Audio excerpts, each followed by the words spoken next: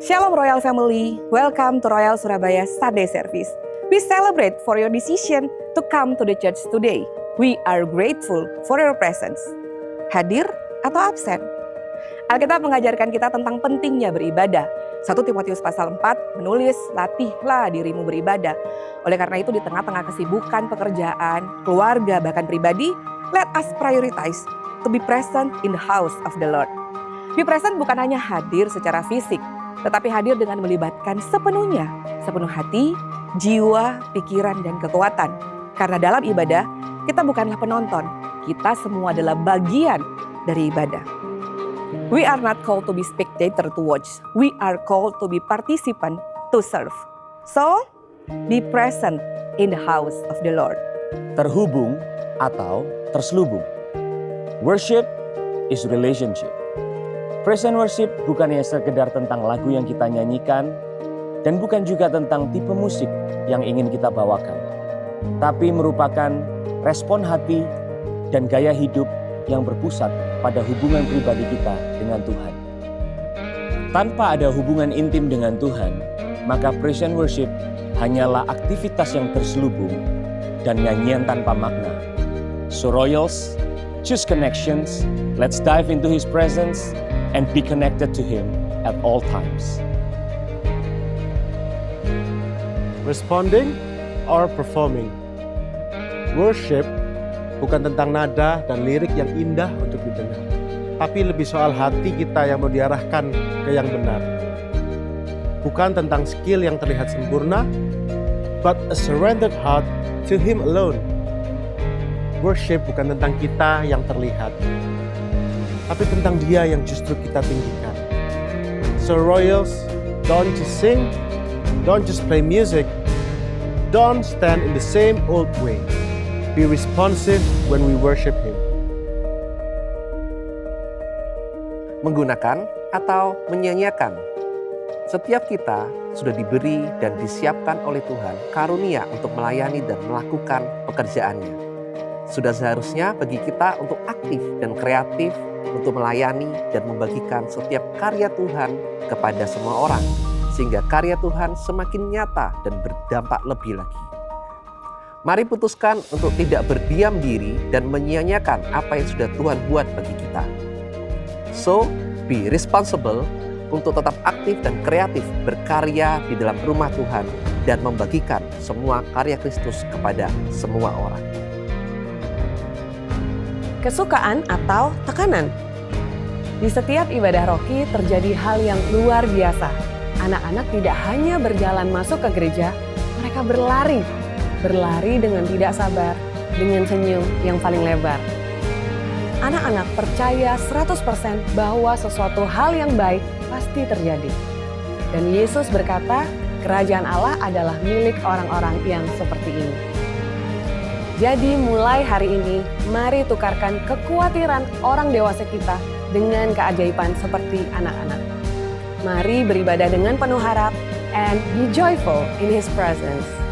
Royal Family, let us live life at the fullest by choosing God over everything. And these are from our hearts to yours.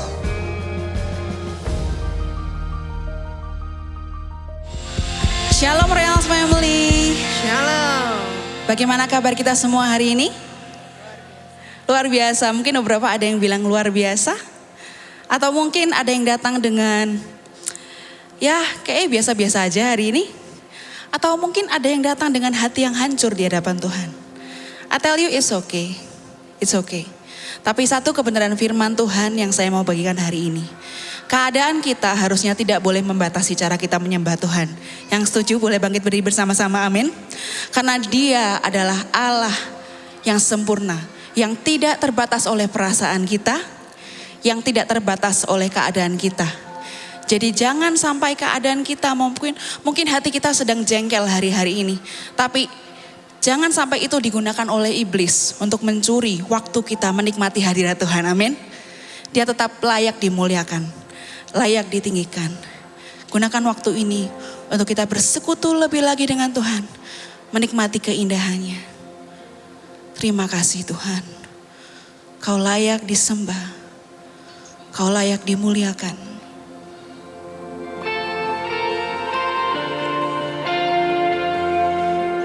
We worship you, Lord.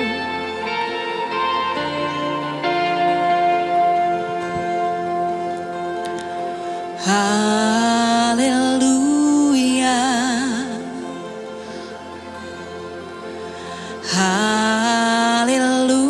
Hallelujah. For the Lord God Almighty reigns. Hallelujah.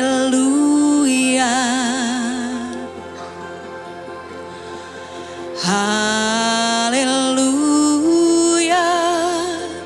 For the Lord God Almighty reigns. Hallelujah. Holy, holy, are you Lord God Almighty?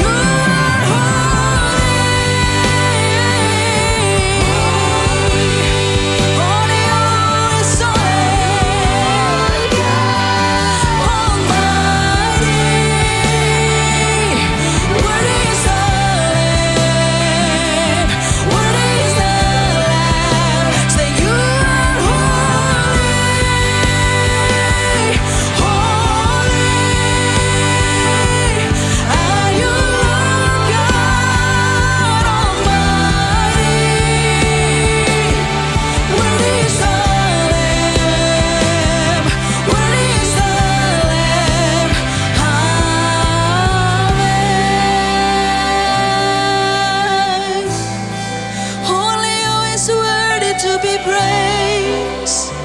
Only you, Jesus. Only you, Jesus. Hanya Kau yang kami sembah. Hanya Kau satu-satunya. Terima kasih Tuhan. Sungguh Kau indah, sungguh Kau mulia. Tak terselami kekudusan-Mu, tak terselami keindahan-Mu. Marisa Maria, Dialah ya, Dialah ya, Dialah ya. Sama-sama kita pujikan. You are holy, holy.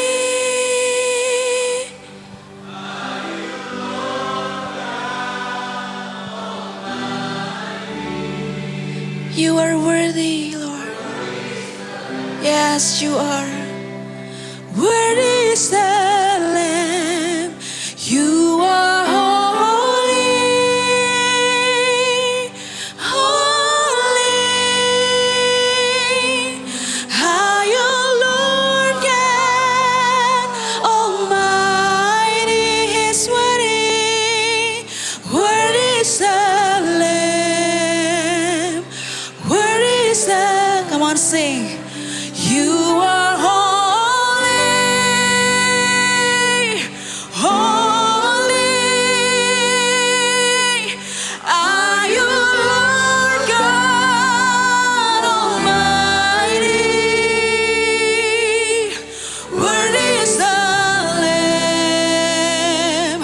Worthy is the Lamb. Say, worthy is the Lamb. Worthy is the Lamb. Say, you are worthy. Worthy is the Lamb. One more time we sing. Worthy is the Lamb again. Worthy is the Lamb. Say, you are worthy. Worthy is the Lamb. Worthy, you are worthy. Worthy is the Lamb. You are worthy. Worthy is the Lamb. Come on, declare. Worthy is the Lamb. Worthy are you, Lord. Worthy is the Lamb. Woo! Worthy is the Lamb. One more time, one more time.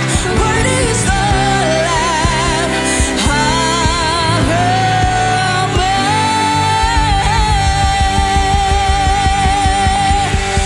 Yang setuju Tuhan kita Tuhan yang mulia. Sorakan haleluya Royals. Sungguh Kau layak dipuji Tuhan. Kami datang dengan ucapan syukur kami buat Tuhan kami yang penuh kasih. Mari kita sama-sama puji Dia lebih lagi. Amin. Come on, clap your hands together, Royal. Woo.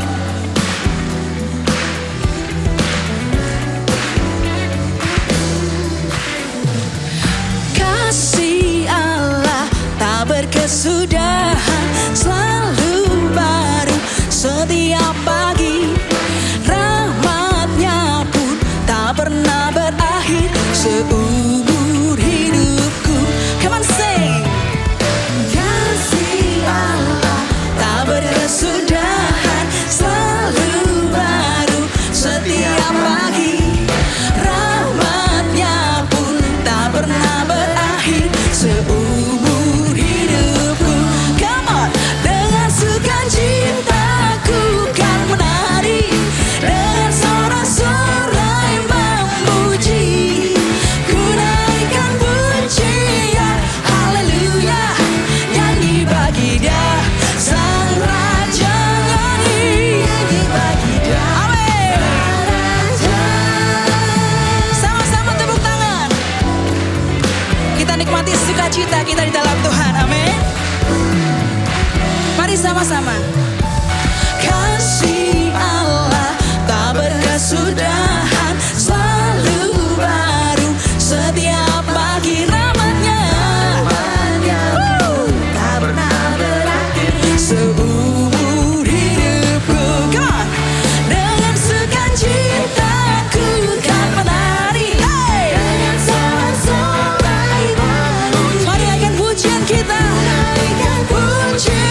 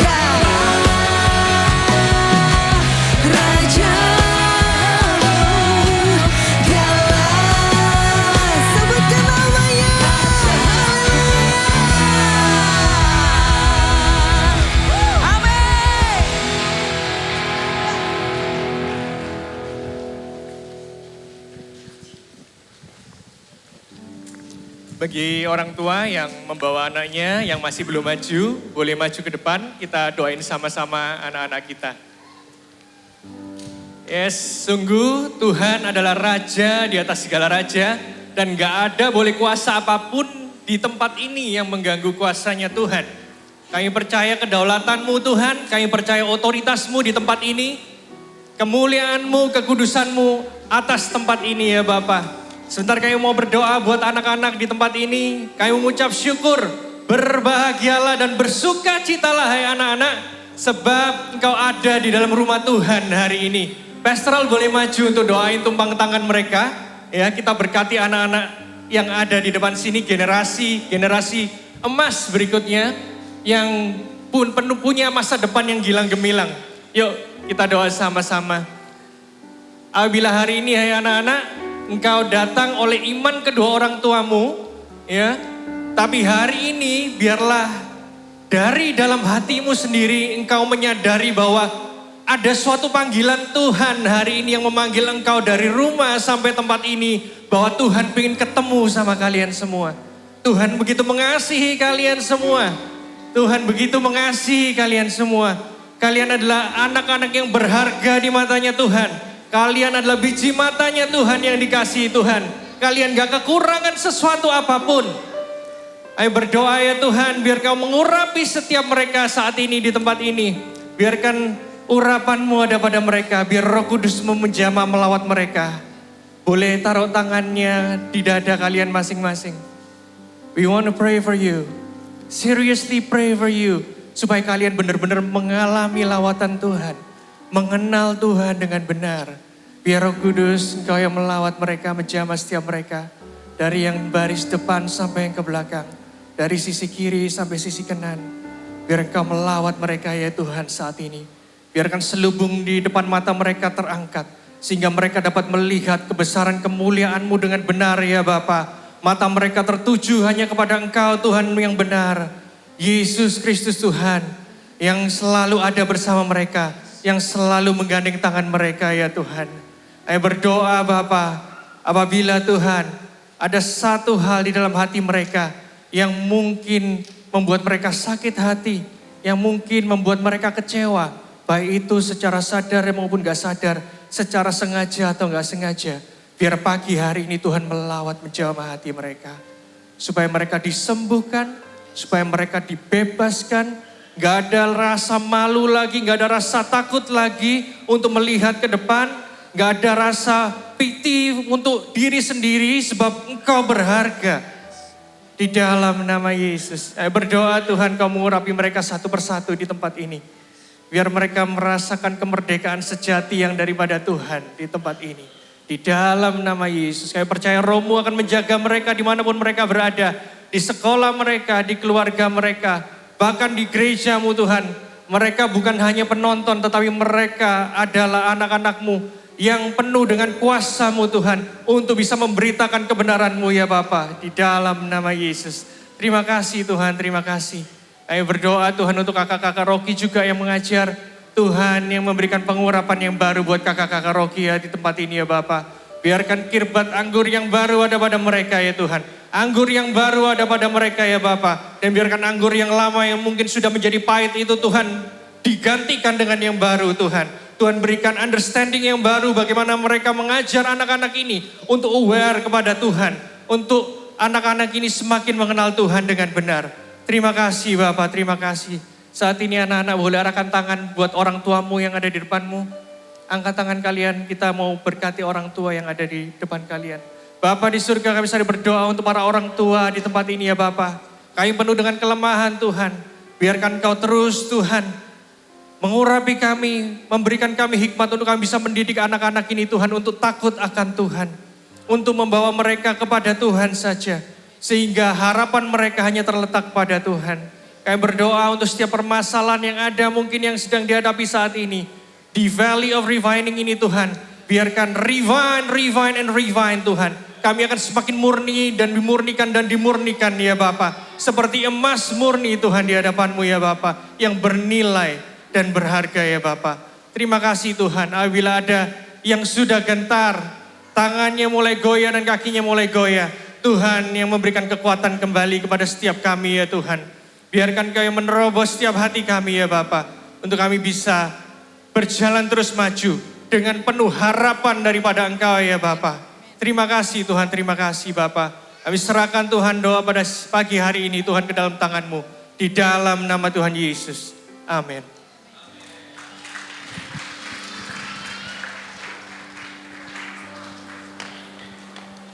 Haleluya. Saudaraku, saya percaya bahwa ketika dalam kehidupan kita ada badai yang tiba-tiba menghampiri kita, secara manusiawi kita tidak akan mampu untuk menghadapi semua kenyataan itu. Namun karena Kristus, Tuhan kita yang sempurna, Dia yang membimbing kita, Dia mengarahkan kita, bahkan Dia mendampingi kita untuk menyelesaikan tantangan hidup kita. Amin. Badai-badai yang sedang kita alami, saya percaya ada maksud dan rencana Tuhan yang indah dalam kehidupan kita. Haleluya. Kembali lagi saya mengundang kita bangkit berdiri sama-sama.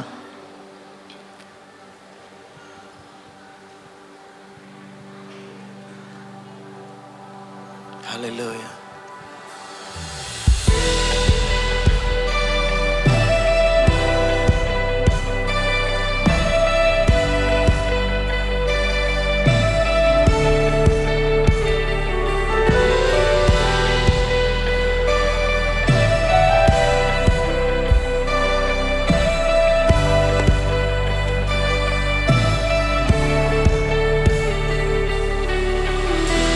Di saat badai datang, Kau ada denganku. Sampai semua berakhir, Kau tetap denganku. Dalam kelemahanku, kuasa-Mu sempurna, tiada pernah sedetik pun ku berjalan sendirian. Penyertaan-Mu, perkenanan-Mu selalu nyata dalam hidupku. Janji-Mu meneguhkanku, kekuatan di dalamku. Kehadiran-Mu bangkitkan imanku. Hidupku sempurna bersama-Mu.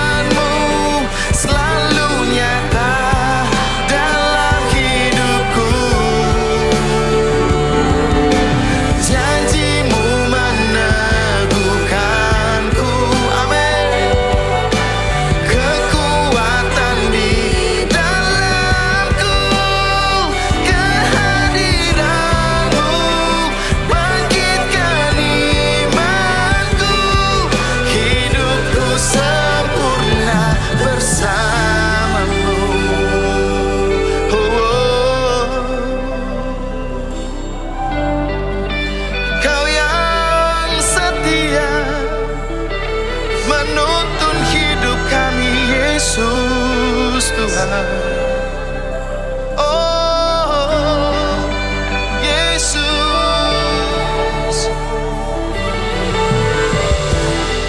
Kau yang setia, Kau yang menopang.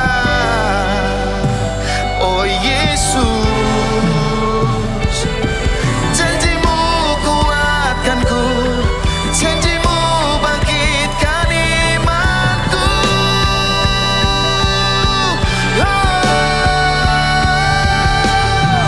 Tiada pernah sedetik pun ku berjalan sendirian.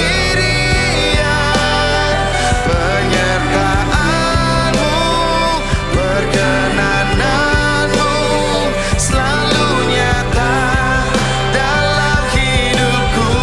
Amin. Janjimu meneguhkanku, kekuatan di dalamku. Kehadiranmu bangkitkan imanku. Hidupku sempurna bersamamu. Kehadiranmu bangkitkan imanku. Hidupku sempurna bersamamu.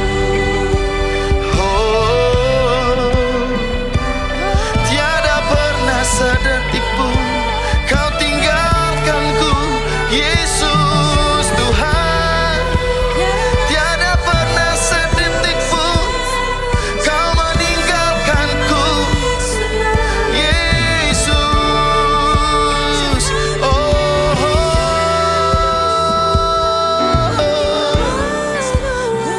Kau sempurna bersamaku.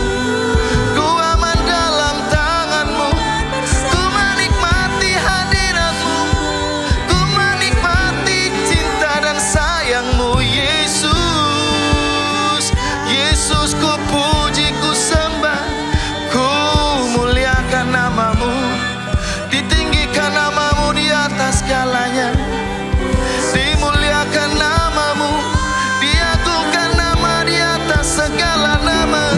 Yesus Kristus Tuhan, Yesus Kristus yang ajaib. Nama yang besar, nama yang berkuasa, nama yang ajaib, nama yang kudus.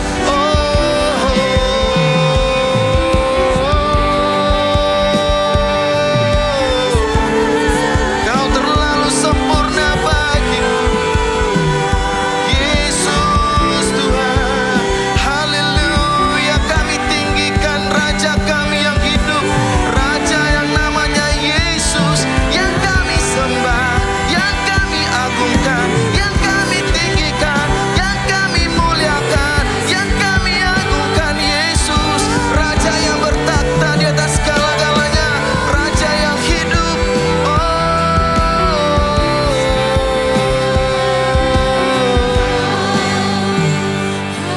Yesus Tuhan, tiada nama lain selain Engkau. Tiada nama lain yang kami tinggikan, hanya namamu Yesus, nama di atas segala nama. Kau perisai di hidupku, Kau yang membentengi hidupku, Kau yang luar biasa, Yesus, tak ada tandingannya. Oh, kami mau katakan Kau sempurna, Yesus Tuhan. Haleluya. Tiada pernah sedetik pun ku berjalan sendirian. Penyertaanmu, perkenananmu selalu nyata dalam hidupku. Janjimu meneguhkanku,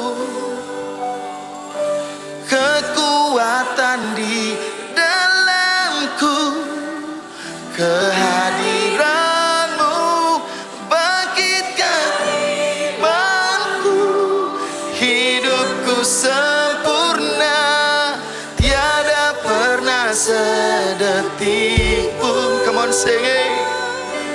Ku berjalan sendirian, penyertaanmu, perkenananmu selalu nyata dalam hidupku. Yes Lord, janjimu meneguhkanku, kekuatan di dalamku. Kehadiranmu bangkitkan imanku, hidupku sempurna bersamamu.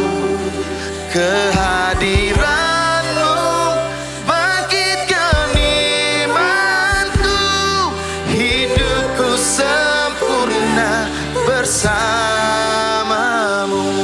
Mari kita berikan tepuk tangan yang paling meriah buat Allah kita. Haleluya. Lebih meriah lagi buat Yesus Kristus yang sempurna yang hadir di tengah-tengah kita pada siang hari ini. Haleluya. Bersama denganmu hidup kami sempurna. Sebab kami gak bisa menyempurnakan dengan apa yang kami punya. Kehidupan kami gak ada yang tahu.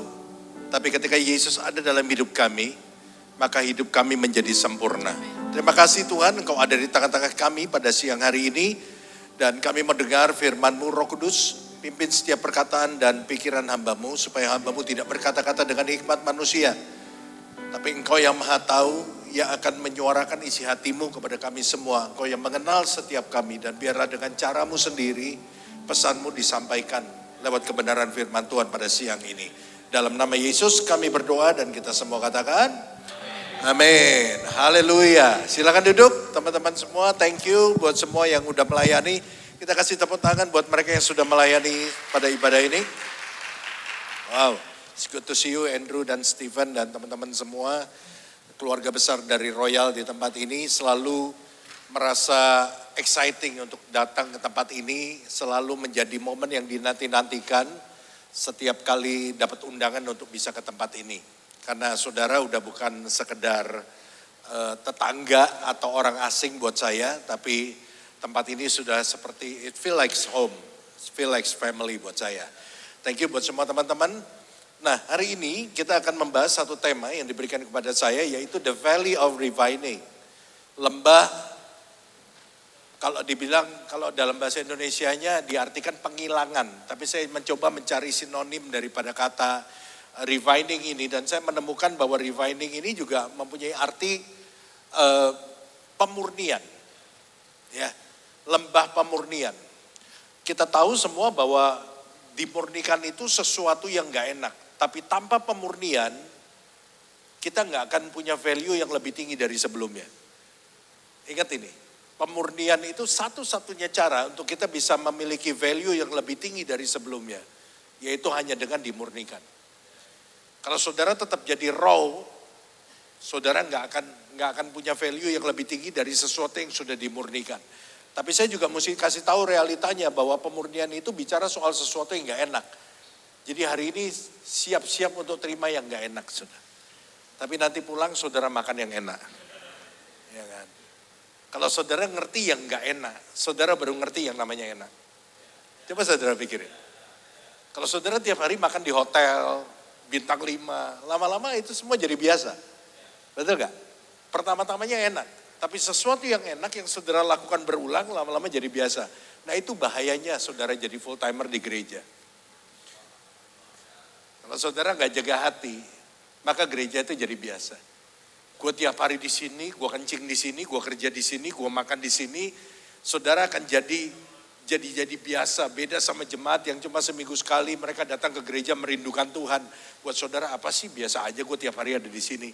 Makanya kita mesti jaga hati kita. Dimurnikan setiap kali. 1 Petrus 1 ayat yang ke-7. 1 Petrus 1 ayat yang ke-7. Maksud semuanya itu ialah untuk membuktikan kemurnian imanmu. Yang jauh lebih tinggi nilainya daripada emas yang fana. Yang diuji kemurniannya dengan api. Sehingga kamu memperoleh puji-pujian dan kemuliaan dan kehormatan pada hari Yesus Kristus menyatakan dirinya. Ada beberapa poin yang kuat di sini. Bahwa puji-pujian itu kita dapat setelah kita mengalami pemurnian. Ya. So saudara jangan enjoy dan saudara bilang bahwa gue ini dekat sama Tuhan lu. Kenapa? Gue gak pernah ada pencobaan. Buat saya orang yang gak ada pencobaan jangan-jangan temannya setan. Karena setan gak perlu mencobai dia sedang berjalan ke neraka bersama dengan setan. Tapi saya percaya satu hal bahwa orang-orang yang dekat sama Tuhan, setan akan berusaha untuk menjauhkan dia. Karena itu seringkali hidupnya itu banyak yang namanya pergumulan. Tetapi Tuhan memakai pergumulan itu sebagai sarana untuk memurnikan. Dikatakan apa? Di sini kita dikasih tahu satu hal, saya ingin menyimpang sedikit. Tapi untuk memberikan informasi kepada saudara. Bahwa ternyata harta itu bukan nilai, emas itu bukan harta yang paling bernilai dalam hidup kita. Karena Alkitab di sini kasih tahu kita bahwa ada harta yang nilainya lebih tinggi daripada emas. Namanya adalah iman. So kalau saudara ingin mewarisi sesuatu yang sifatnya eternal, jangan wariskan harta. Jangan wariskan emas, jangan wariskan perusahaan aja. Boleh sih warisin itu. Tapi Alkitab kasih tahu sama kita ada sesuatu yang tidak fana. Karena dikatakan emas itu fana. Artinya apa? Emas itu bisa hilang, fana itu bisa hilang, fana itu bisa berubah nilainya. So kita tahu kita gak bisa berpegang kepada sesuatu yang bisa berubah-berubah. Itulah sebabnya banyak perusahaan hengkang dari Indonesia karena kebijakan Indonesia berubah-berubah. Dan kita tahu juga kita gak bisa pegang omongan teman kita yang berubah-berubah, benar gak? Hari ini jam 7 dia bilang, oke, besok saya jam 8 datang. 5 menit kemudian, saya jam setengah 9 dah. 10 menit kemudian, saya jam 10 dah. Kita gak bisa pegang. Dan saudara tidak bisa mengandalkan harta yang bisa berubah. Dikatakan emas itu sesuatu yang fana. Nilainya bisa berubah, bisa hilang, bisa susut. Tapi Alkitab kasih tahu kita, ada sesuatu yang sifatnya eternal. Dan nilainya more than gold. Itu adalah faith. So, kalau tadi saya lihat anak-anak sekolah minggu ada di depan sini ya, saya senang saudara. Kenapa? Karena inilah pewaris-pewaris iman. Walaupun tadi ada satu anak yang bapaknya lagi doa, dia bilang amin, amin, amin gitu saudara. So, wariskan iman kepada anak-anak saudara. Nah, iman yang murni, ya, Alkitab bilang, ayat ini bilang itu harus diuji. Saudara tahu nggak ada sesuatu yang sifatnya tuh instan. Kalau saudara pengen punya muscle yang kuat, saudara nggak bisa diam di rumah. Oh katanya minum susu ini elemen bisa ini, bisa muscle-nya bisa tumbuh, enggak gendut. Kalau saudara mau muscle saudara tumbuh, saudara mesti train yourself, go to the gym. Dan mulai lakukan sesuatu yang nggak enak. Saudara mesti menderita. Dan itu yang disebut refining, saudara. Dan ternyata muscle iman kita itu juga nggak bisa jadi kuat tanpa pemurnian. Mesti dilatih. Nah, saya ingin katakan kepada saudara gini. Salah satu bentuk latihannya Tuhan untuk memurnikan kita. Cara yang paling umum yang kita hadapin sehari-hari adalah lewat apa? Lewat pergumulan. Pergumulan itu melatih, memurnikan iman kita. Nah hari ini saya pengen kita lihat sama-sama. Jangan lihat dari sisi kita, setiap pergumulan yang Tuhan izinkan. Tapi mari kita lihat dari sisinya Tuhan. Sehingga kita bisa melihat bahwa ternyata apa yang kita lihat dari sisi manusia, bahwa masalah itu buruk buat kita. Ternyata ketika kita menyimpang sedikit dari sisi yang berbeda, kita lihat dari sisinya Tuhan. Kita bisa bilang bahwa pergumulan itu baik buat kita. Nah hari ini saya pengen kita melihat dari sisi yang satu. Supaya saudara gak lihat dari sisi kemanusiaan saudara saja dan menganggap pergumulan itu sebagai satu beban. Bahwa ternyata dari sisinya Tuhan, kacamatanya Tuhan, ketika kita melihat dari posisinya Tuhan, maka kita akan tahu bahwa this is good for me. Saya ingin kita belajar dari Kejadian pasal 32, ayat 22 sampai 30. Kejadian pasal 32 ayat 22 sampai ayat 30. Dikatakan demikian, kita belajar dari seorang namanya Yakub. Pada malam itu Yakub bangun dan ia membawa kedua istrinya, kedua budaknya perempuan dan ke-11 anaknya dan menyeberang di tempat penyeberangan sungai Yabok. Sesudah ia menyeberangkan mereka, ia menyeberangkan juga segala miliknya. Lalu tinggallah Yakub seorang diri, dia nggak ikut nyebrang. Dan seorang laki-laki bergulat dengan dia sampai fajar menyingsing. Ketika orang itu melihat bahwa ia tidak dapat mengalahkannya, ia memukul sendi pangkal paha Yakub, sehingga sendi pangkal paha itu terpelecok ketika ia bergulat dengan orang itu. Lalu kata orang itu, biarkanlah aku pergi, karena fajar telah menyingsing. Saud Yakub, aku tidak akan membiarkan engkau pergi jika engkau tidak memberkati aku. Bertanyalah orang itu kepadanya, siapakah namamu? Saudnya Yakub. Lalu kata orang itu, namamu tidak akan disebutkan lagi Yakub, tetapi Israel. Sebab engkau telah bergumul melawan Allah dan manusia dan engkau menang. Bertanyalah Yakub, katakanlah juga namamu. Tetapi Saudnya, mengapa engkau menanyakan namaku? Lalu diberkatinya lah Yakub di situ. 30 baca sama-sama, 2, 3. Yakub menamai tempat itu Peniel. Sebab katanya, aku telah melihat Allah berhadapan muka tetapi nyawaku tertolong. Apa yang barusan kita baca ini adalah the valley of refiningnya Yakub. Allah memurnikan Yakub. Lewat apa? Lewat pergumulan. Dan kalau kita review sedikit, Yakub ini sebetulnya hidupnya lagi enak-enaknya. Kenapa? Dia baru kelarin pekerjaannya kan. Dia seberangin istrinya, dia seberangin anaknya, dia seberangin harta bendanya, kambing dombanya, budaknya. Dan Alkitab kasih tahu kita bahwa Yakub nggak ikut nyebrang, dia di situ seorang diri. Dan pada waktunya dia sedang bersantai, baru kelarin kerjaannya. It's a time for rest buat dia. Dia harusnya beristirahat, semuanya lagi dalam keadaan baik. Tiba-tiba datanglah orang asing ketemu sama dia, bukan ngajak ngopi, bukan ngajak main pedal, saudara. Bukan ngajak makan bebek goreng, saudara, tapi bergumul sama dia. Dan Alkitab kasih tahu kita bahwa pergumulan itu memakan waktu cukup panjang. Karena orang itu datang tengah malam, orang itu baru pergi pada waktu kapan? Fajar menyingsing. Oh Pak, cuma sebentaran beberapa jam. Saya ini atlet karate, saudara. Ya, atlet karate, suka ikut kompetisi dulu. Nah, kalau kompetisi karate itu cuma 3 menit, saudara. Tapi kalau saudara ada di lapangan, 3 menit itu bagaikan 3 jam. Kalau saudara lagi digebukin, bagaikan 30 hari, saudara. Kalau saudara lagi dalam keadaan kalah. 3 menit itu bagaikan 3 jam. Even kita lagi menang. Karena apa? Karena kita nggak diam, isinya pertarungan dan kita mesti aware sama sparring kita, saudara. Dan Yakub bergumul dari tengah malam sampai pagi hari. Apa yang digambarkan dari peristiwa ini? Sometimes pergumulan datang sama kita seperti yang Yakub alami. Hidup lagi enak-enaknya, pelayanan lagi lancar, anak-anak sekolahnya bagus, wah bisnis suami lagi lancar, usaha lagi maju, cuan lagi gede. Semuanya everything is perfect, saudara. Tapi tiba-tiba datanglah orang asing ini ke dalam kehidupan kita dan pergumulan itu kalau datang gak pernah WA kita dulu ya. Biasa gue mau datang jam 11, get ready gitu kan. Dia langsung datang dan merubah hidup kita upside down. Dari satu kehidupan yang tenang, tiba-tiba menjadi kehidupan yang hektik. Tapi seringkali itulah yang Tuhan izinkan untuk memurnikan kita. Tanpa persiapan, tanpa dia beritahu. Karena dia pengen lihat apa? Sebetulnya Tuhan ngizinin itu mendadak. Tiba-tiba kepikiran nama saya nih di atas ini. Karena dia pengen lihat apa? Dia pengen lihat posisi kita selama ini berjaga-jaga apa enggak.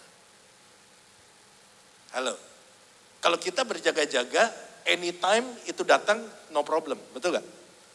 Tapi banyak kan kita tahu Tuhan adain, Tuhan izinkan itu tiba-tiba datang dalam hidup kita. Supaya kita tahu bahwa ternyata selama ini kita gak berjaga-jaga. Halo? Ada yang namanya sidak. Betul gak? Inspeksi mendadak. Tujuannya untuk apa? Untuk tahu realnya. Dan masalah yang datang dalam hidup kita secara mendadak sebetulnya membuat kita melihat siapa kita realnya. Posisi kita, iman kita realnya itu seperti apa. Ya kan? Makanya gak dikasih tahu dulu kapan datangnya. Tapi saya mau katakan, di dalam pemurniannya Tuhan, Tuhan itu tetap under control. Take control of everything. Karena pemurnian itu tujuannya bukan untuk destroy you, tapi untuk lift you up. Yang percaya berikan tepuk tangan dulu buat Allah gitu. Saya pengen kita belajar di sini, ada beberapa hal kebaikan yang kita bisa lihat di dalam pemurniannya Tuhan. melalui pergumulan. Yang pertama, bahwa seringkali Tuhan itu pakai pergumulan untuk menghancurkan andalan kita dan sumber kekuatan kita.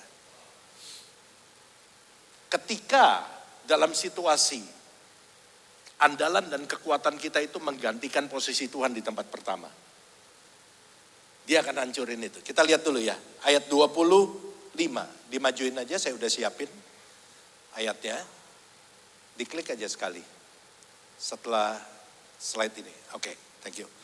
Ketika orang itu melihat bahwa ia tidak dapat mengalahkannya, ia memukul sendi pangkal paha Yakub sehingga sendi pangkal paha itu terpelecok ketika ia bergulat dengan orang itu. Coba perhatiin, kita bisa bergerak dengan baik. Ini ada atlet pedal nih, Stephen Andrew. They know what I'm talking about. Tapi generally kita bisa bergerak dengan baik karena tubuh kita ditopang oleh kedua kaki yang kuat. Tapi itu belum cukup loh. Menjadi syarat kita bisa bergerak dengan baik. Stephen Andrew punya kaki yang kuat untuk nopang tubuhnya, tetapi kalau sendi pangkal paha atau bonggolnya ada masalah, mereka nggak bisa twist main pedal. Kita nggak bisa bergerak dengan baik, betul nggak? Ngerti ya, sendi pangkal paha atau bahasa Jawanya apa, bonggol ya? Bonggol ya. Walaupun saudara punya dua kaki yang kuat, tapi bonggol saudara ada masalah, saudara cuma bisa berdiri doang. Kayak patung. Saudara nggak bisa bongkok, saudara nggak bisa main pedal, twist. Gitu kan. Begitu bola mantul, kita cuma bilang, mati dah gua. Kenapa? Ada masalah di sini. So, waktu Yakub bergumul, perhatikan, listen to me. Pergumulan itu menghancurkan sendi pangkal pahanya. Sehingga Yakub nggak bisa ngapa-ngapain. Nah, sendi pangkal paha di dalam kisah ini, itu punya makna rohani. Makna rohaninya apa? Sumber kekuatan. Seringkali Tuhan mengizinkan pemurnian itu. Yang pertama dia lakukan di dalam pemurnian adalah dia lihat siapa yang bertata di dalam hidupmu. Oh, ternyata bukan aku lagi. Kursinya itu udah dikasih buat yang lain. Buat apa? Kursinya sudah dikasih buat bisnis. So business is number one. Tuhan itu udah gak ada di atas. Dihajar sama Tuhan bisnisnya. Kok Tuhan jahat, Pak? No. Tuhan itu baik. Dia lakukan itu sebelum saudara mengalami sesuatu, dia yang hajar. Kalau Tuhan mengajar, tujuannya untuk kebaikan. Tuhan menghajar, Tuhan juga memeluk. Kalau orang lain menghajar, dia membiarkan. Tapi kalau Tuhan menghajar, dia memeluk. Karena hajaran Tuhan tujuannya supaya dia bisa meluk saudara. Sebab Tuhan tahu ketika dia hajar saudara, saudara gak bisa ngapa-ngapain, saudara pasti balik lagi ke dia. Ayo ngaku. So jangan tunggu sampai dihajar Tuhan dulu baru balik. Hari ini kalau saudara rasa di bangku tata hidupmu, itu bukan Tuhan. Buru-buru singkirkan yang ada itu. Dan taruh Tuhan di atas. Tuhan lihat siapa yang bertata di atas hidupmu. Oh, hobimu. Tuhan ajar hobimu. Oh, duitmu, Tuhan ajar keuanganmu. Tujuannya apa? Memurnikan saudara. Sebab God should be the first. Tuhan itu yang seharusnya ada di situ. Tapi udah tercemar, udah terganti. So Tuhan mesti purify itu. Saudara ngerti istilah kalibrasi? Dikembalikan, dibuat seperti baru lagi. Dibuat seperti baru lagi itu mestinya apa? Mestinya Tuhan yang ada di situ. So pemurnian itu akan mengkalibrasi tempatnya Tuhan lagi. Supaya Tuhan ada di tempat pertama dalam hidupmu. Dan untuk memberitahu kepada saudara bahwa apa yang saudara pikir bisa jadi andalan saudara nggak bisa diandalin. Kan tadi saya bilang jangan andalkan sesuatu yang bisa berubah. Engkau andalkan duitmu bisa hilang. Ya kan? Makanya jangan bangga kalau punya buku tabungan nolnya banyak. Nolnya banyak kalau nggak ada angkanya nggak ada gunanya. Paling depan nggak ada angkanya, nggak ada gunanya. Supaya kamu tahu bahwa hartamu nggak bisa diandalkan. Supaya kamu tahu bahwa pabrikmu nggak bisa diandalkan. Itu bisa hilang suatu waktu, saudara. Dan Tuhan mau engkau jadikan Tuhan, karena Tuhan tidak pernah berubah dulu, sekarang, sampai selamanya. Itulah satu-satunya yang bisa diandalkan. Yeremia 17 ayat yang kelima, firman Tuhan bilang begini. Beginilah firman Tuhan, terkutuklah orang yang mengandalkan manusia, yang mengandalkan kekuatannya sendiri dan yang hatinya menjauh daripada Tuhan. Jangan andalkan manusia. Oh, bisa saya mah aman lah Pak. Sekarang kan di Jakarta lapangan pedal banyak yang ditutup. Oh, kalau lapangan saya sih aman Pak. Kalau Bapak ke kantor saya, lihat foto-foto di belakang meja kantor saya, Bapak akan tahu saya pasti aman posisinya. Ngerti maksud saya? Dia foto sama jenderal ini, sama menteri ini, keselip sama Mickey Mouse saudara waktu dia ke Hong Kong. Oh, pokoknya aman Pak. Jangan andalkan manusia. Tuhan bisa buat orang-orang itu seperti lenyap di telan bumi dan gak bisa lakukan apapun buat saudara. Kalau Tuhan mau, Tuhan bisa. Jangan andalkan kekuatanmu sendiri. Saya mah pinter Pak, saya sebetulnya gak perlu Tuhan Pak. Saya ini lulus cum laude Pak. S1 cum laude, S2 cum laude. Saya ada gelar S3, saudara boleh cum laude, tapi kalau saudara nggak sehat, apa gunanya cum laude-mu? Yang ada saudara bukan cum laude, kumat. Ngerti saudara? So, makanya Tuhan bilang jangan andalkan manusia, jangan andalkan kekuatanmu, supaya apa? Supaya saudara nggak hidup di bawah kutuk. Supaya saudara hidup dalam berkat Tuhan. So pemurnian yang dilakukan Tuhan dalam pemurnian pertama kali adalah menghancurkan apa yang menggeser posisi dia di tempat pertama dalam hidupmu. Hari ini kalau saudara sadar ada Tuhan lain dalam hidupmu, singkirkan itu. Sebelum Tuhan hajar kita, lebih baik kita singkirkan itu dulu. Kita kembalikan Tuhan di tempat pertama. Hari ini jangan jadikan ibadah sebagai kegiatan agamawi. Hari ini jangan jadikan ibadah sebagai kegiatan rutinitas. Balik lagi to the heart of worship. I'm coming back to the heart of worship. I'm longing for you Lord. Cari Tuhan, datang ke tempat ini karena saudara merindukan, karena saudara membutuhkan. Because you know you cannot live without Him. Yang setuju katakan amin dan berikan tepuk tangan buat Allah kita. Yang kedua, apa yang kita bisa lihat di dalam pemurnian? I have a good news for you. Bahwa setiap pemurnian itu ada seasonnya. Ada batas waktunya. Ayatnya, ayat 26, coba kita lihat. Lalu kata orang itu, pada waktu Yakub bergumul sama orang itu bilang gini, biarkanlah aku pergi karena fajar telah menyingsing. So there is time of refining. Ada waktu dari pemurnian. Seberat apapun pemurnian yang saudara alami, pergumulan yang ada dalam hidup saudara, sedalam apapun pergumulan masalah yang sedang saudara hadapi, I have a good news for you. Bahwa masalahmu ada expired date-nya. Hello? This is good? Masalahnya kita gak tahu kapan. Tapi yang pasti itu ada expired date-nya. Selama saudara bertahan dan saudara tidak menyerah, maka saudara akan mencapai expired date-nya. Dan masalah itu akan berkata kepadamu, aku gak bisa stay dalam hidupmu, aku harus pergi. Kenapa? Karena engkau bertahan dan fajar telah menyingsing dalam hidupmu. Orang yang dalam pergumulan seringkali saya gambarkan sebagai seorang yang berada di tengah-tengah sebuah pipa yang besar dan panjang. Kalau saudara ada di tengah-tengah pipa yang besar dan panjang, saudara gak bisa lihat apapun. Depan gelap, belakang gelap. Tapi satu yang harus saudara tahu bahwa sepanjang-panjangnya pipa pasti ada apanya? Ada ujungnya. Dan di ujung itu ada terang.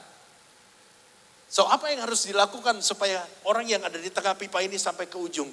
Gak ada jalan lain, dia gak boleh stay di tempat. Dia mesti keep walking.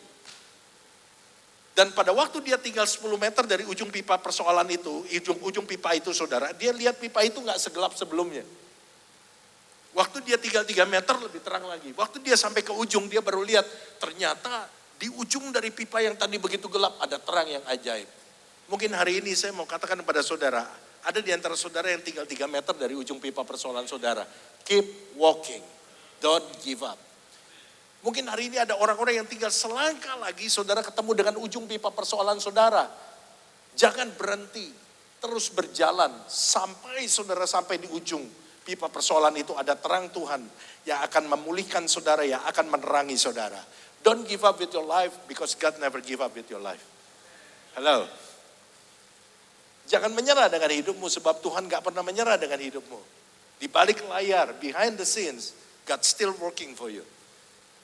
Dia selalu bekerja, dia gak pernah capek untuk bekerja. So, saudara gak boleh capek dengan hidup saudara. Karena ingat ini, di dalam segala hal yang Tuhan izinkan terjadi, He is under control. Dia tetap mengawasi saudara. Itu di dalam kemahatauan dia, itu di dalam pengawasannya dia. Nah, seorang yang bernama Robert Schuller, saudara, pendeta. Ini cerita tentang petani kentang di Amerika. Petani kentang di Amerika ini punya kisah yang unik. Kalau kentang-kentangnya panen, dia masukin kentang-kentang itu ke dalam bak truknya untuk bawa ke pasar buat dijual. Gimana cara dia masukinnya? Ya dia masukin aja. Dia nggak pilih besar kecilnya, semua yang ada yang dia lihat dia masukin sampai semuanya udah masuk, dia tutup itu bak truknya, dia kemudikan truk itu ke pasar. Nah waktu dia mau pergi ke pasar, dia mikir jalan mana yang dia mau ambil dan dia akan pilih jalan yang paling rusak. Beda sama kita, kalau kita benci jalan rusak. Petani ini akan mikir jalan rusak yang paling rusak yang mana yang bisa dia lewatin, dia akan lewat situ. Singkat cerita, dia lewat jalan itu, dia sampai ke pasar, begitu bak truknya dibuka, something unique happen. Sebagian besar, enggak semuanya, kentang-kentang itu sudah tersusun sendiri. Menurut saudara, kentang yang besar posisinya di atas apa ada di bawah? Oke, seperti biasa, selalu ada dua jawaban. Saya nggak pernah tanyakan ini di satu gereja dan dengan pengurapan Roh Kudus mereka satu suara. Ini ya mirip lah seperti pilkada, selalu ada pilihan yang berbeda. Sebagian besar kentang-kentang yang besar itu ada di atas, yang kecil itu ada di bawah. Kenapa kok bisa demikian yang kecil ada di bawah? Waktu lewatin jalan yang rusak terjadi goncangan. Goncangan itu menyebabkan di antara kentang-kentang itu posisinya ada rongga. Nah kentang kecil yang tadinya di atas, karena ada rongga, dia akan nyusut ke bawah. Bisa ngerti? Masih bisa nangkap saya wajah-wajah lapar dan penuh pengharapan saya cepat selesai. Sehingga pada waktu sampai di pasar, dibuka itu bak truknya, sebagian besar kentang-kentang kecil ada di bawah, kentang-kentang besar itu ada di atas. Nah Robert Schuller bilang gini, perhatikan. Kentang-kentang itu bagaikan kita. Bak truk tempat kentang-kentang itu disimpan bagaikan dunia di mana kita hidup di dalamnya. Ya kan? Kentang yang besar yang ada di mana? Di atas. Itu bagaikan orang yang bermental besar, beriman besar, percaya kepada Tuhan, tidak menyerah. Walaupun menghadapi goncangan, dia stay di atas. Kentang yang kecil yang ada di bawah itu bagaikan orang yang bermental kecil, beriman kecil, tidak percaya Tuhan, gampang menyerah. Ketika menghadapi goncangan, dia akan ada di bawah. Saya mau tanya sama saudara dan tolong jawab saya. Saudara mau jadi kentang besar, kentang kecil? Saudara mau jadi kentang besar, kentang kecil? Jangan jadi kentang. Cukup jadi seperti kentang besar aja. Tetaplah jadi manusia supaya saya tidak merubah shalom kentang-kentang besar dan kecil yang saya kasihi dalam Tuhan. Jadilah seperti kentang besar. Beriman besar, bermental besar, percaya kepada Tuhan, tidak gampang menyerah. Sebab hari ini kita tahu bahwa masa pemurnian itu ada expired date-nya. Dan satu kali ketika kita mencapai expired date-nya, maka pergumulan itu akan berkata, aku gak bisa lagi tinggal dalam hidupmu. Sebab engkau bertahan dan tangan Tuhan itu sudah hadir untuk mengangkat engkau dan memulihkan engkau kembali. Yang percaya berikan tepuk tangan buat Allah gitu. Yang ketiga, apa yang kita bisa pelajari tentang pemurnian melalui pergumulan? Bahwa pemurnian itu tujuannya adalah untuk membawa perubahan. Saya mau kasih tahu satu realita yang gak bisa saudara sanggah. Saudara mau percaya sama saya, saudara mau tahu apa enggak, saudara mau percaya apa enggak, itu terserah saudara. Tapi it will happen. Ini pasti terjadi. Enggak tergantung dari percayanya saudara. Apa itu? Bahwa masalah dalam hidupmu pasti merubah hidupmu. Saudara mau bilang, oh enggak Pak, saya enggak percaya. Tapi pasti terjadi. Saudara bilang, wah saya enggak mau tahu. Pasti terjadi. Kenapa? Karena memang itu dihadirkan tujuannya untuk merubah kita. Dan tujuannya Tuhan itu gak mungkin gagal. Nah coba kita lihat ayat 27, 28. Bertanyalah orang itu kepadanya, siapakah namamu? Sautnya Yakub. Lalu kata orang itu, namamu tidak akan disebutkan lagi Yakub, tetapi siapa? Israel. Berubah gak? Berubah. Dari Yakub jadi Israel. Sebab engkau telah bergumul melawan Allah dan manusia dan engkau menang. Masalah akan merubah hidup kita. Yakub dirubah jadi Israel. Siapa yang tahu arti nama Yakub? Oke, penipu. Wah, sekolah minggunya rajin ya saudara. Yakub itu artinya penipu. Dan gak ada orang yang mau kasih nama anaknya tuh artinya jelek. Ya, Yakub dalam kisah ini artinya penipu ya. Tetapi kita lihat di sini, namamu tidak akan disebutkan lagi Yakub tapi Israel. Apa artinya Israel? Israel itu artinya the prince of God. Not the prince of the world, the prince of God. Kalaupun Yakub dirubah jadi the prince of the world aja, itu suatu perubahan yang radikal. Tapi ini bukan jejak bumi loh. The prince of God. Lebih tinggi lagi. Dari Yakub jadi Israel. Dari penipu jadi pangeran Allah. Apa yang digambarkan di sini? Ini satu perubahan yang radikal. Satu breakthrough yang luar biasa terjadi dalam kehidupan Yakub. Dan kalau saya tanya saudara, berapa banyak saudara mengalami breakthrough dari seperti ini? Saya nggak usah lihat dalam visi saya akan melihat semua akan angkat tangan. Karena secara natural kita pengen hidup kita lebih baik. Dan itu nggak salah. Tapi yang salah adalah kita tidak menolak kehidupan yang lebih baik. Tapi kita menolak caranya Tuhan membuat hidup kita lebih baik.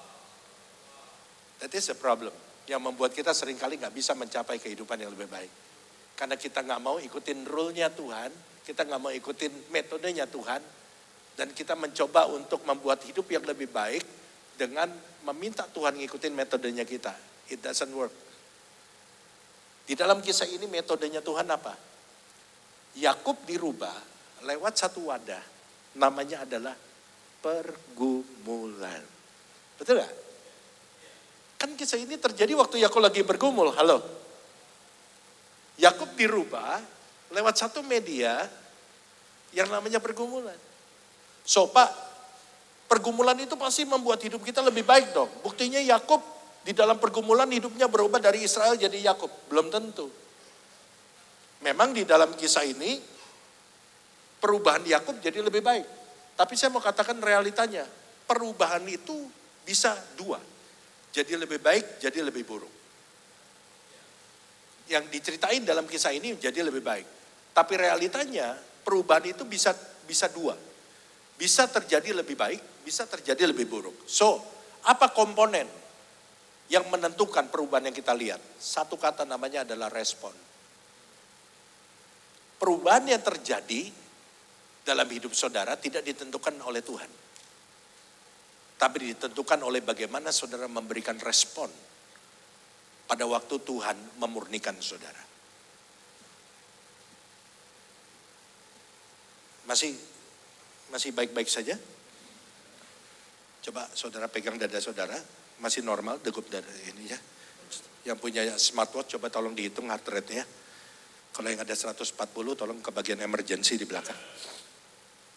Sekali lagi saya mau bilang, perubahan apa yang terjadi bukan ditentukan oleh Tuhan. Tapi oleh respon yang saudara berikan. Respon yang benar itu akan membuat saudara melihat perubahan yang lebih baik. Membuat saudara menjadi lebih baik dari sebelumnya. Dari Yakub jadi Israel. Tapi respon yang salah itu akan membuat pribadi saudara jadi lebih buruk dari sebelumnya. So you are the decision maker of the changes you will see. Saudaralah pembuat keputusan. Saudaralah yang akan menentukan perubahan apa yang akan saudara lihat. Not God, but you. Dalam hal ini saya harus katakan, saudaralah yang membuat keputusan. Saudaralah yang menentukan perubahan apa yang akan terjadi. Kalau saudara pengen jadi lebih baik, berikan respon yang benar. Di dalam pemurniannya Tuhan, jangan ngambek sama Tuhan. Oke? Jangan ngomong yang negatif tentang Tuhan. Jangan seperti istrinya Yakub. Udah kutukilah Tuhanmu dan matilah. Jangan mundur dari pelayanan. Jangan berhenti berdoa. Jangan berhenti membaca Alkitab. Jangan berhenti mempercayai Tuhan. Bahkan lakukan seperti Daud. Di dalam pergumulan Alkitab mengatakan dan Daud memperkuat kepercayaannya kepada Tuhan. That is a good response. That is a right response. Itu akan membuat saudara berubah dari Yakub jadi Israel. Tapi intinya adalah ini. Pergumulan, pemurnian Tuhan melalui pergumulan, tujuannya adalah merubah hidup saudara. Ya, saudara mesti ingat ini. Dan perubahan apa yang mau saudara lihat, saudara yang akan menentukan. Yang keempat,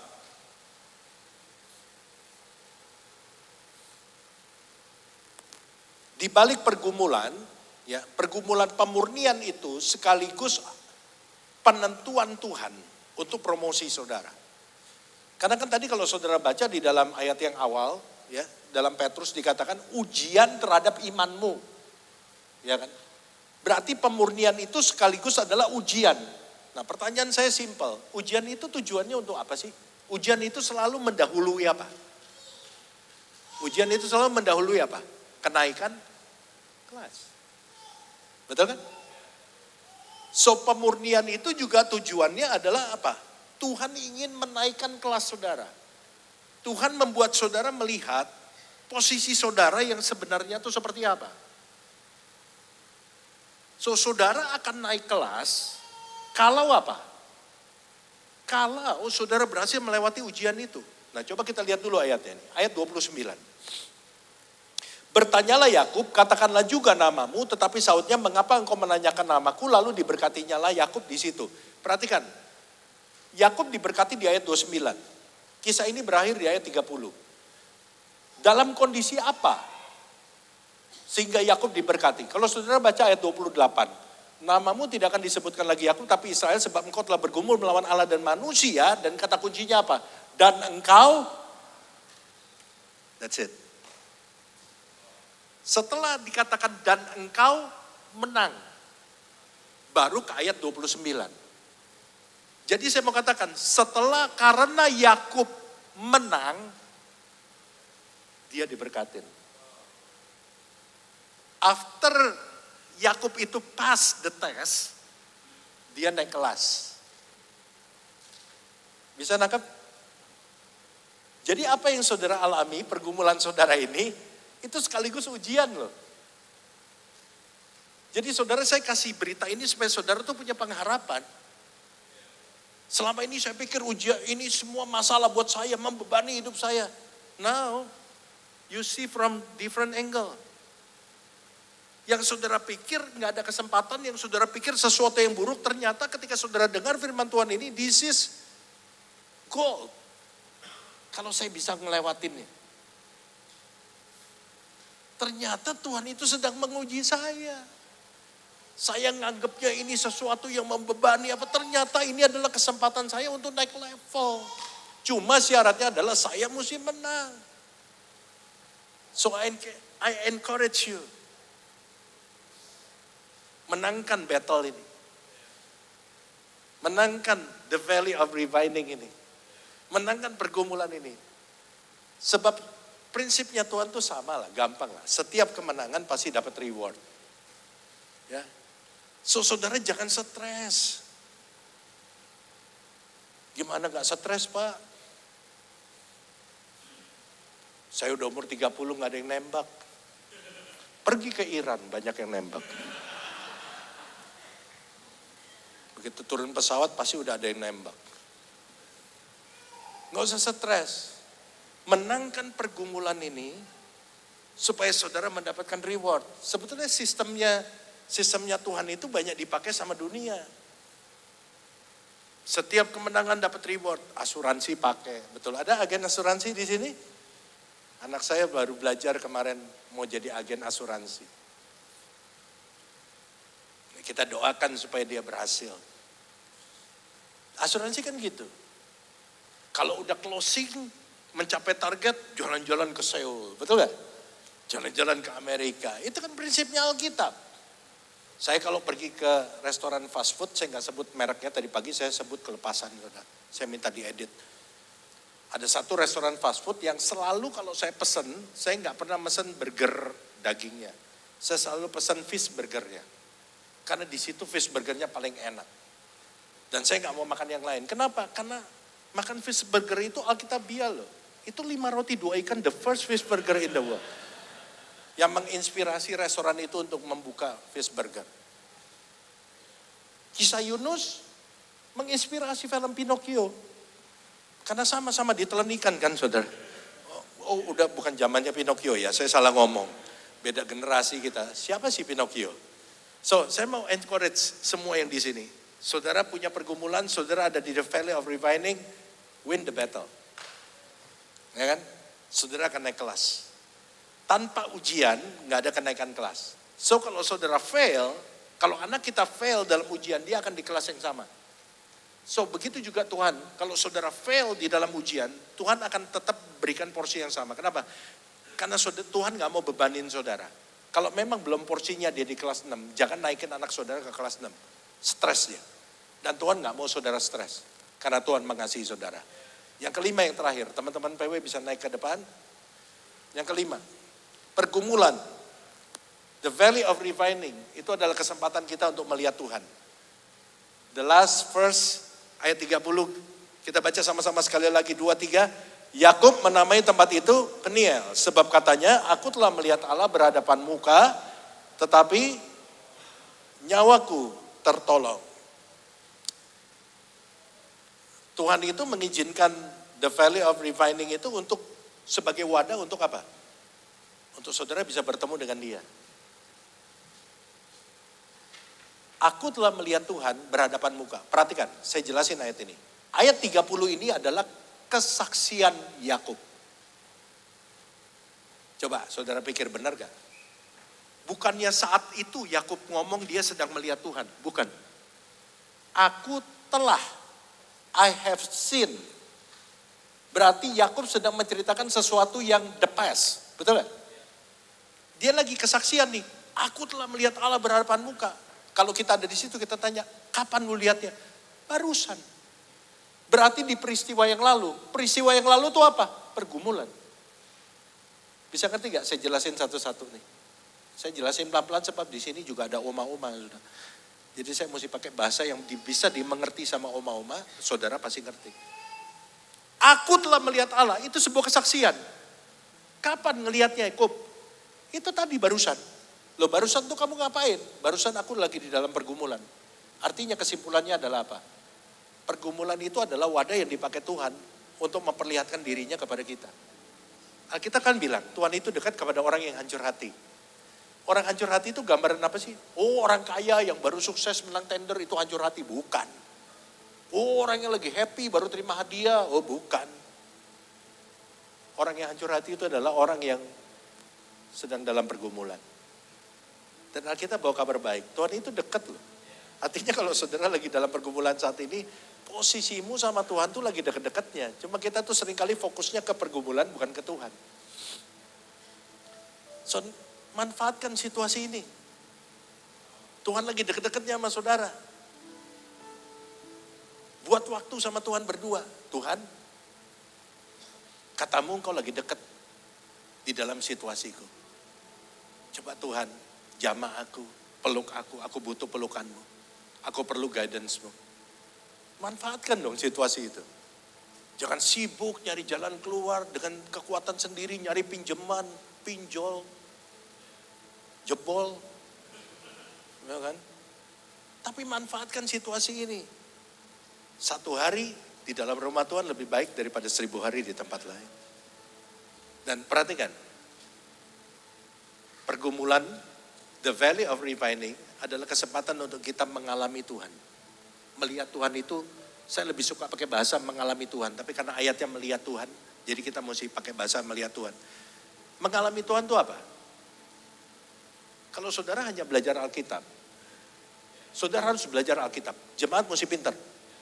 Ya, dasar kita adalah Alkitab. Tapi kalau saudara hanya belajar Alkitab tanpa saudara punya pengalaman rohani, saudara akan jadi ahli Taurat dan orang Farisi. Tapi saudara nggak boleh mengandalkan pengalaman rohani aja. Bisa sesat nih. Karena pengalaman tiap orang nggak bisa jadi doktrin. Tuhan bekerja dalam hidup setiap orang dengan pengalaman yang berbeda-beda. Dan saudara nggak boleh jadiin itu pattern. Itu semua mesti didasarkan oleh firman Tuhan. Kalau saudara hanya ngandalin pengalaman rohani, saudara jadi orang Kristen yang emosional. Dikit-dikit ngeroh, dikit-dikit ngeroh, dikit-dikit ngeroh. Saudara nggak jejak bumi. Jalan rada ngambang, setengah dewa. Udah gitu tinggal di apartemen, bumi menolak, surga pun tidak menerima. Itu Itulah takdirnya orang tinggal di apartemen. Bumi menolak, surga pun tidak menerima. Jadi nggak boleh hanya firman aja, firman harus belajar, tapi nggak boleh hanya ini. Nggak boleh hanya pengalaman rohani aja, tanpa dasar firman. Ketika saudara belajar firman, dan firman ini jadi pengalaman rohani, saudara jadi orang Kristen yang bertumbuh. Words only, perhatikan. Ini bahasa kerennya dari yang tadi saya jelasin. Words only, you will dry up. Spirit only, you will blow up. Word and spirit, you will grow up.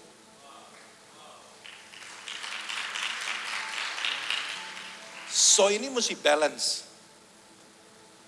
Nah, pergumulan itu adalah kesempatan saudara untuk grow up. Kenapa?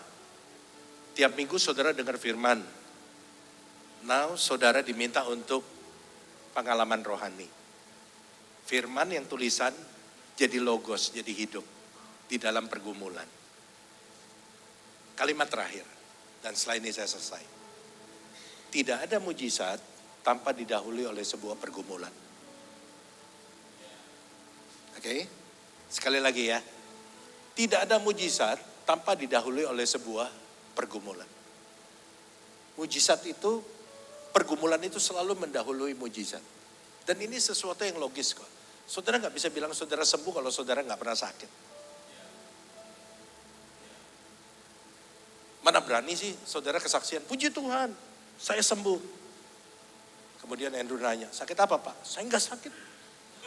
Nah itu dia lagi sakit. Mentally ill. Atau dia kena PhD, tahu PhD? Permanent head damage. Kerusakan otak yang permanen. So, saudara mesti tahu, mesti sadar bahwa pergumulan itu selalu mendahului mujizat. Bahkan saya suka pakai kata pergumulan itu adalah kendaraan yang akan membawa Anda kepada satu tempat yang namanya mujizat. Selama saudara tidak menyerah.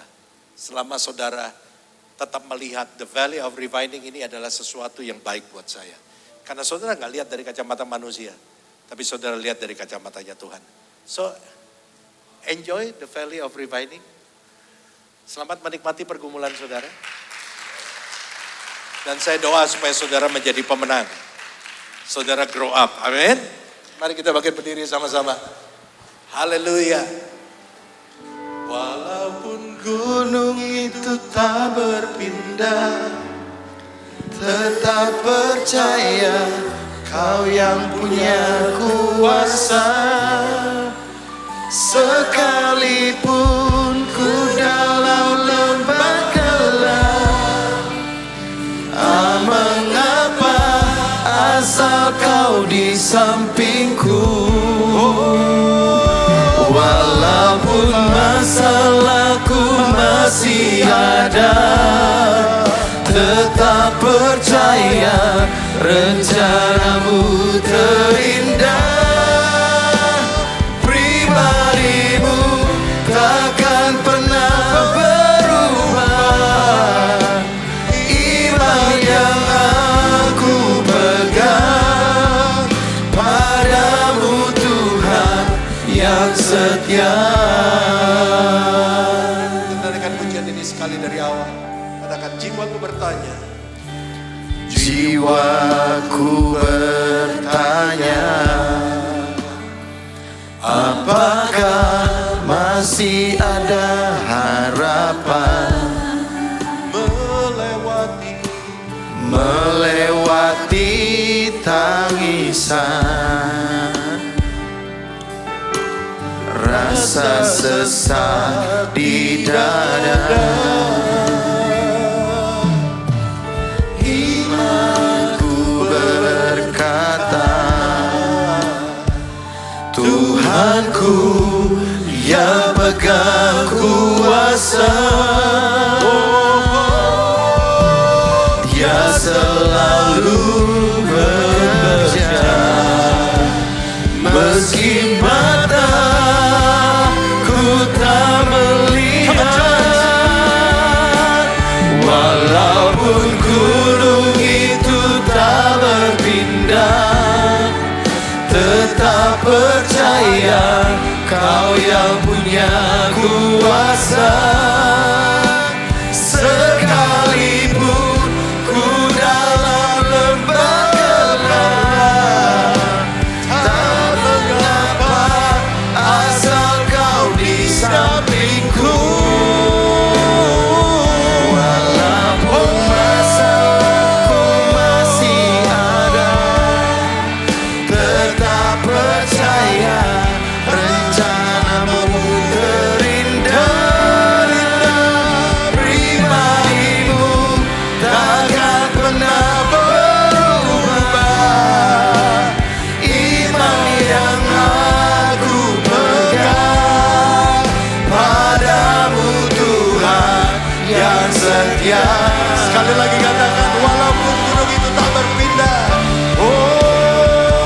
Walaupun gunung itu tak berpindah, tetap percaya Kau yang punya kuasa. Sekalipun ku dalam lembah gelap, tak mengapa asal Kau di sampingku.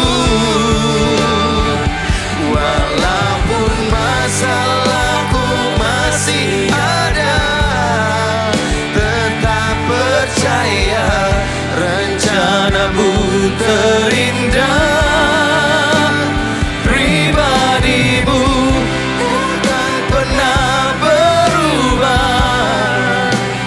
Iman yang aku pegang padamu Tuhan yang setia.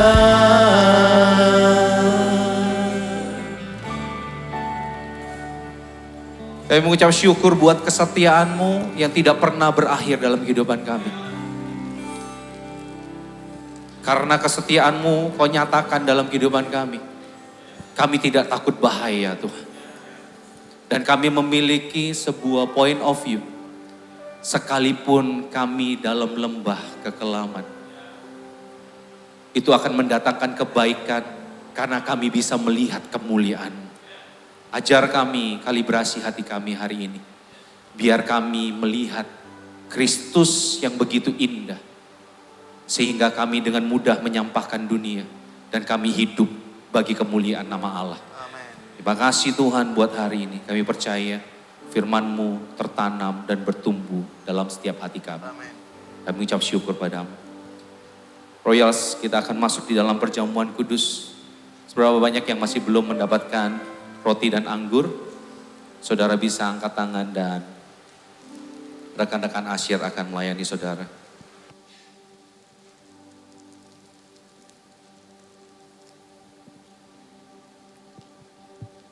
Yakub mengalami perubahan ketika dia bergumul dengan Allah. Namanya berubah dari Yakub menjadi Israel. And you know what? Israel menjadi sebuah bangsa yang besar, diberkati Allah. Bahkan berkat itu dirasakan sampai kita semua hari ini. Tapi ada satu Israel yang sejati yang kita bisa nikmati hari ini dan kita lihat keindahannya waktu kita masuk di dalam perjamuan kudus. Yakub terplecok pangkal pahanya. Dan seluruh bangsa Israel diberkati melalui keberadaannya. Tetapi Israel yang sejati, yaitu Kristus, seluruh tubuhnya dihancurkan di atas Golgota. Supaya kita yang harusnya masuk dalam lembah kekelaman dan binasa di sana, kita bisa melihat kemuliaan Allah. Kita bisa melihat wajah Allah dan kita tidak binasa. Hanya karena Yesus. Yesus ditolak oleh Bapanya. Tetapi di dalam Kristus kita menjadi anak Allah yang berkenan di hadapan Allah. Hari ini kiranya kebenaran ini yang membuat kita bisa melihat Kristus semakin indah. Dan menurunkan setiap berhala dalam hati kita. Dan kita bisa mengatakan, hidupku hanya bagi Kristus dan bagi kemuliaan Nama. Mari sama-sama angkat roti dengan tangan kanan kita. pada malam sebelum Yesus diserahkan, dia mengambil roti, dia menaikkan ucapan syukur dan dia memecah-mecahkannya. Dan dia berkata, inilah tubuhku yang dipecah-pecahkan karena kamu. Tubuhnya dipecahkan, yang harusnya dia menerima berkat yang terbaik dari Allah Bapa di sorga, yang dimana Allah Bapa berkenan dalam hidupnya, dia dipecahkan untuk menggantikan kita yang harusnya binasa. Dan sekarang kita bisa melihat face to face with God dan menikmati berkat Allah yang maha tinggi sepanjang umur kehidupan kita. Bukankah roti yang di atasnya kita naikkan ucapan syukur ini adalah persekutuan kita dengan tubuh Kristus? Mari kita makan sama-sama di dalam nama Tuhan Yesus.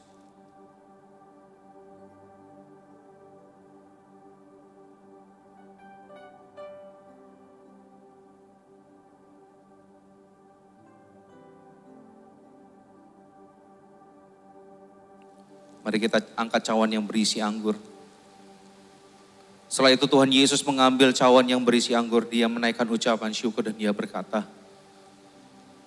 inilah darahku, darah perjanjian baru yang dicurahkan untuk kamu. Di dalam Kristus kita bukan lagi hidup untuk kegelapan. Di dalam Kristus kita hidup di dalam terangnya yang ajaib. Di dalam Kristus sekalipun kita berada di dalam dunia yang gelap dan dalam pergumulan yang gelap, kita tidak takut bahaya karena terangnya yang sejati itu menyertai kehidupan kita. Bukankah cawan yang di atasnya kita naikkan ucapan syukur ini adalah persekutuan kita dengan darah Kristus? Mari sama-sama kita minum dalam nama Tuhan Yesus.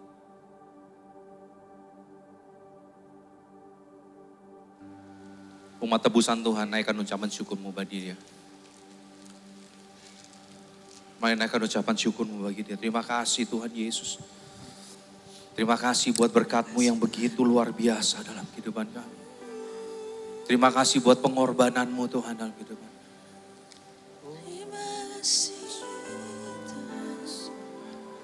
Kami mengucap syukur Tuhan buat semuanya Tuhan. Buat karya-Mu yang begitu indah dalam kehidupan kami. Terima kasih Tuhan. Apapun yang kami sedang alami, apapun yang sedang kami hadapi, kami tidak takut bahaya. Sebab Engkau menyertai kami. Terima kasih Bapa di sorga, buat kasih setia-Mu dalam kehidupan kami. Biar semakin hari kami semakin bisa melihat keindahan Kristus. Semakin hari kami bisa melihat betapa mulianya Kristus dalam kehidupan kami.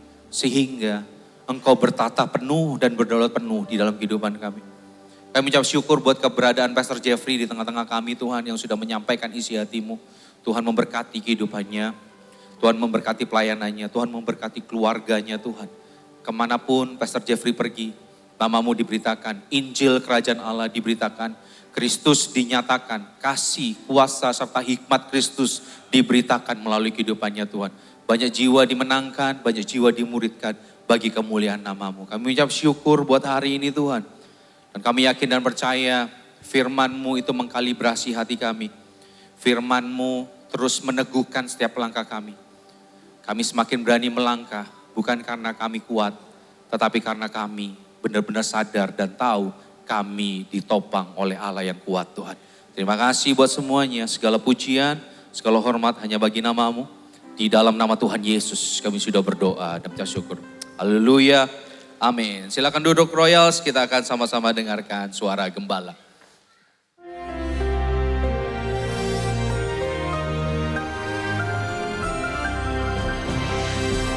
Shalom warga kerajaan.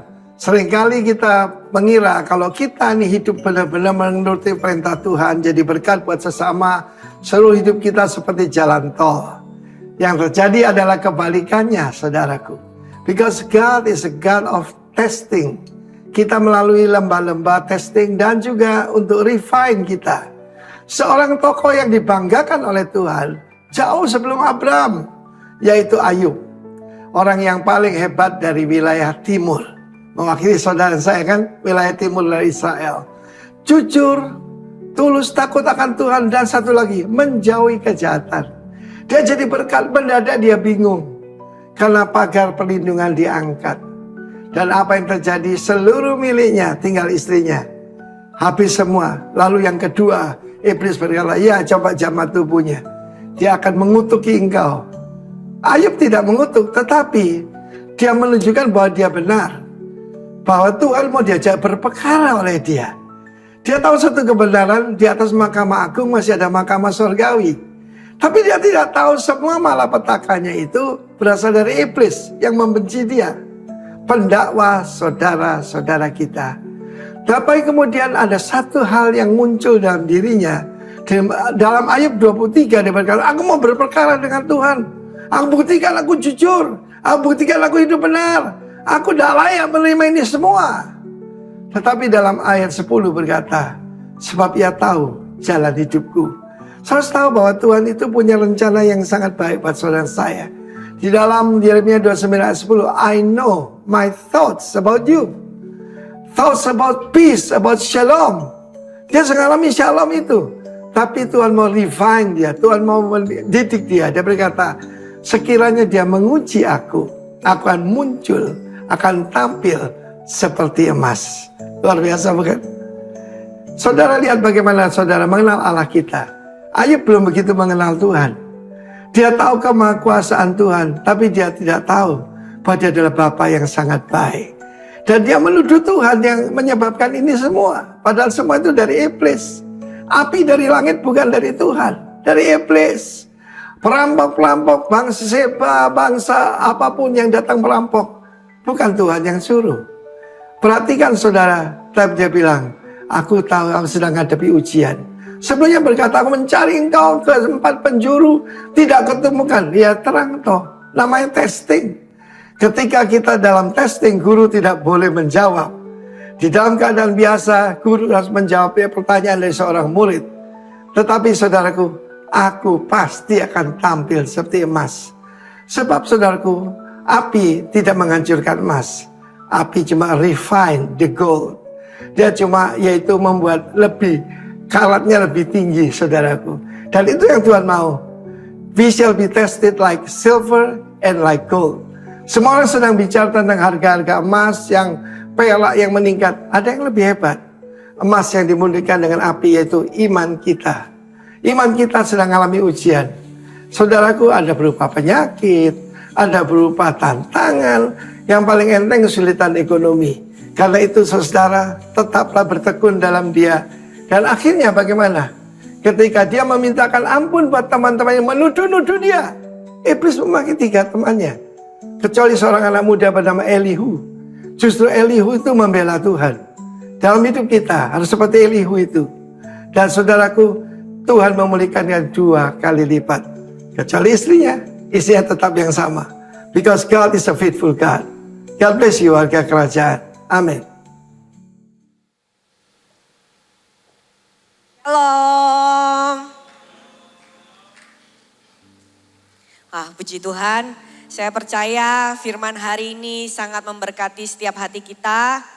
Terima kasih untuk Pastor Jeffrey Rahma untuk waktu dan kesempatannya hadir pada minggu pagi hari ini. Pagi ini kita akan melakukan 2 persembahan yaitu Royal Care yang bisa dimasukkan ke dalam amplop putih yang tadi kita sudah bagikan. Dan persembahan juga bisa dilakukan melalui kantong persembahan atau QRIS. Mari kita berdoa sebelum melakukan persembahan. Tuhan, terima kasih buat hari ini kami boleh hadir di rumah-Mu. Kami mengucap syukur Tuhan untuk firman-Mu yang mengingatkan kami bagaimana kami harus melihat kehadiran-Mu Tuhan dalam hidup kami melalui setiap pergumulan kami.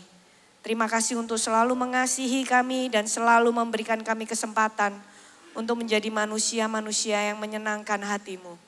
Jagai hati kami Tuhan, supaya kami boleh selalu punya hidup yang berkenan di hadapan-Mu.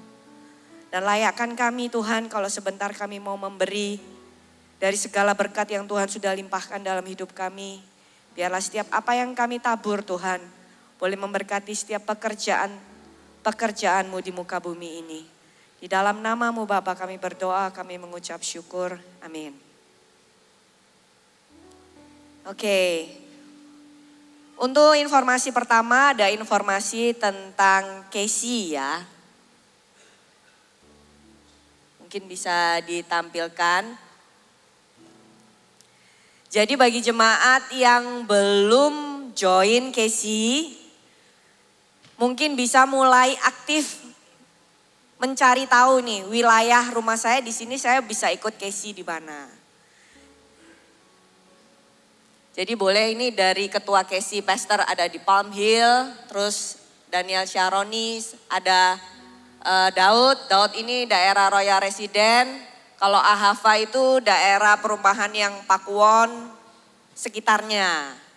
Ada Pak Dodi, kalau dia kayaknya kelilingan kemana-mana. Ada Eko, ada Jack, Silvan, Stephen, Juana, dan Yehuda. Mungkin bisa nanti disamperin, rumahnya di daerah mana, rumahku di sini. Jadi bisa tetap join, bisa bertumbuh bersama di dalam Casey. Kemudian info berikutnya ada quick word di IG royals.surabaya setiap hari Rabu. Jadi quick word ini akan diupdate setiap hari Rabu siang mungkin ya. Karena udah gak live lagi, jadi ada update video setiap hari Rabu.